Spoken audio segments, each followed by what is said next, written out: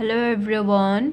आज हम लोग देख रहे हैं motion of a charged particle in a uniform magnetic field. जब एक चार्ज पार्टिकल मोशन में हो और वो यूनिफॉर्म मैग्नेटिक फील्ड में हो तब जो फॉर्मूला आता है वो कितना आता है ये हमें देखना है।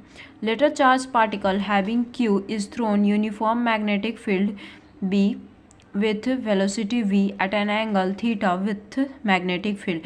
एक चार्ज पार्टिकल q को हमने थ्रो किया है यूनिफॉर्म मैग्नेटिक फील्ड b में। यूनिफॉर्म मैग्नेटिक फील्ड यानी कि मैग्नेटिक फील्ड को b से डिनोट करते हैं, जिसका वेलोसिटी v है और एंगल थीटा पे यहाँ पे थ्रोन किया है मैग्नेटिक फील्ड में।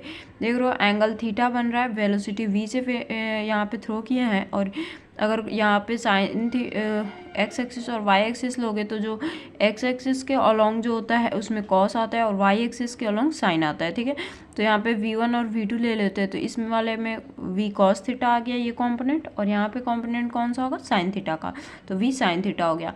और थ्रो किए हैं तो ऐसे ये जो है ये ऐसे मूव कर रहा है। ठीक है, जैसे कि यहाँ पे आया तो ऐसे सपोज करो यहाँ तक आया, फिर ऐसे करके यहाँ पे आएगा, फिर ऐसे करते करते इसको हेलिकल मोशन बोलते हैं। ठीक है, मैग्नेटिक फील्ड बी है।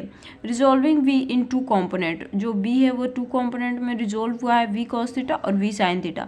इन the presence of magnetic field charge particle experience a force given by, और यहाँ पे मैग्नेटिक फील्ड है, चार्ज पार्टिकल जो है वो मैग्नेटिक फील्ड एक्सपीरियंस करेगा, तो कौन सा फोर्स लगाएंगे मैग्नेटिक फील्ड का। तो मैग्नेटिक फील्ड का फोर्स का फॉर्मूला क्या होता है q v v sine theta, और क्यू वी और वी टू भी रख सकते हैं क्योंकि ये वाला ले रहे हैं। ठीक है ना, साइन थीटा होता है ना, तो साइन थीटा वाला कौन सा है ये वाला है, तो उसको वी साइन थीटा को आप वी टू भी रख सकते हो।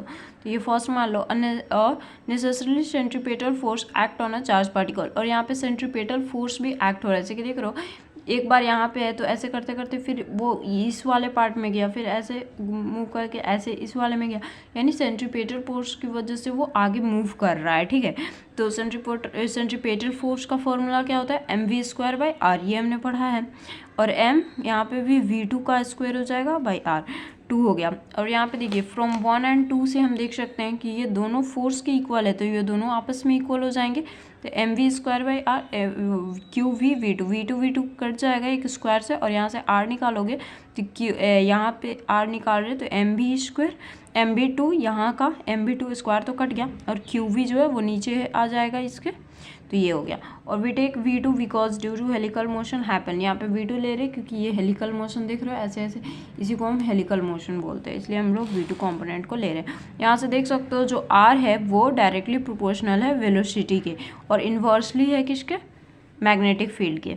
Time taken to cover the one circle is given by, जितना टाइम लग रहा है एक सर्कल को कंप्लीट करने में, देखिए ये एक सर्कल को कंप्लीट करने में कितना टाइम लग रहा है ये हम देख रहे हैं। ठीक है, तो time is equal to distance by speed होता है। डिस्टेंस कितना है एक सर्कल को करने के लिए क्या कितना होता है 2 पाई आर होता है, तो 2 पाई आर बाय में स्पीड v2 है 2 पाई, और r की जगह पे ये पूरा टर्म पुट कर देंगे तो m v square by q v, और v2 तो है ही है, v2 कट जाएगा, time is equals to r है 2 पाई बाई क्यू वी। ठीक है, time is independent of r because r is directly proportional to v2 and constant.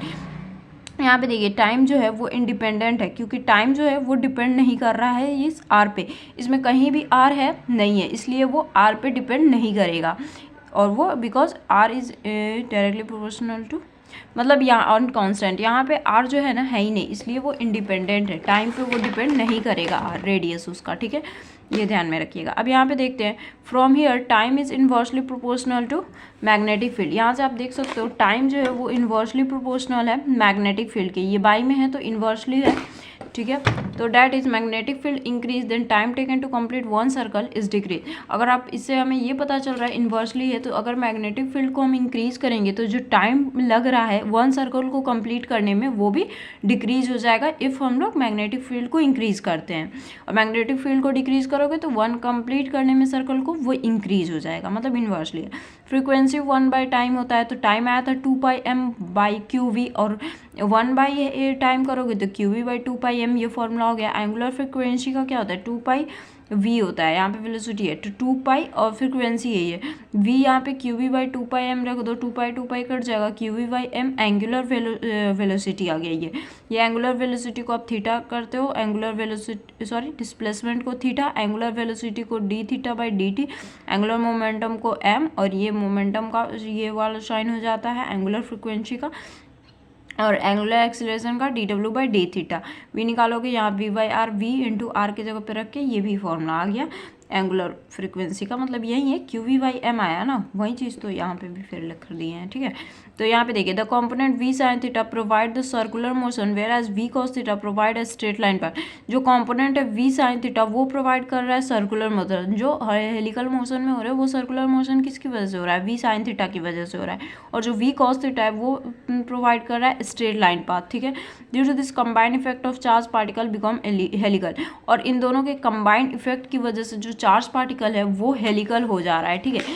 यहाँ पे देखिए वी साइन थीटा जो है ना ये क्या कर रहा है, इसको सर्कुलर दे रहा है, और वी कॉस थीटा क्या कर रहा है, इसको स्ट्रेट दे रहा है, ठीक है। और ये स्ट्रेट दिया, ये इसको सर्कुलर दिया, स्ट्रेट दिया, सर्कुलर दिया, ऐसे करते करते इसकी वजह से क्या हो रहा है, जो चार्ज पार्टिकल है वो हेलिकल हो जा रहा है। If charge particle thrown perpendicular magnetic field is zero, magnetic field then theta 0, अगर थीटा 90 डिग्री परपेंडिकुलर करेंगे तो ऑब्वियस सी बात है थीटा 90 होगा, वी साइन 90 तो वी ही होगा क्योंकि साइन 90 1 होता है और कॉस 90 0 होता है तो 0 हो गया।